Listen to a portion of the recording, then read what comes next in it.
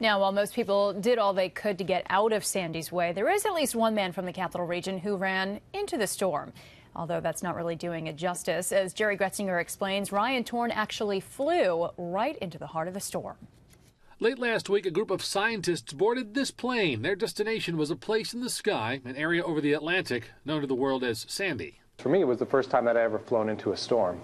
Ryan Torn, an assistant professor of atmospheric sciences at UAlbany, had been on a waiting list for such an experience and just happened to get the call for the journey into the hurricane that some had dubbed Frankenstorm for its likeness to both a hurricane and a nor'easter. Instrumentation on the plane showed tendencies of both. They're very different energy sources to them. And what we saw in that storm was that here you had a hurricane in Sandy that actually had both of those things going, both of those physics going on at the same time. Torn was able to snap some photos on the flight, images that only begin to capture the size of the storm, but not the intensity with which it would make landfall.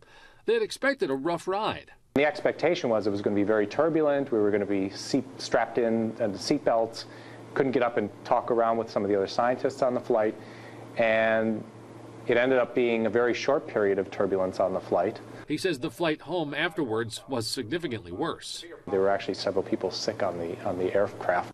Torn compares Sandy to the storm profiled in the book The Perfect Storm, saying they were very similar in composition, though that other storm was mostly out at sea. Sandy came ashore, and the study of its evolution has just begun. How did this storm maintain itself with the fact that it had both these hurricane-type physics going on and these nor'easter-type physics going on? And so both of them at the same time is quite a rarity. Jerry Gretzinger. That was Jerry Gretzinger reporting, and Torn also tells Jerry that he learned there's a lot of politics that goes into determining whether or not something should be classified as a hurricane. He says that Sandy's stats were likely goosed just a bit to maintain its hurricane status, since people typically do take hurricanes more seriously than tropical storms. Torn expects that the hurricane status could be stripped from Sandy when it is reevaluated later on in the year.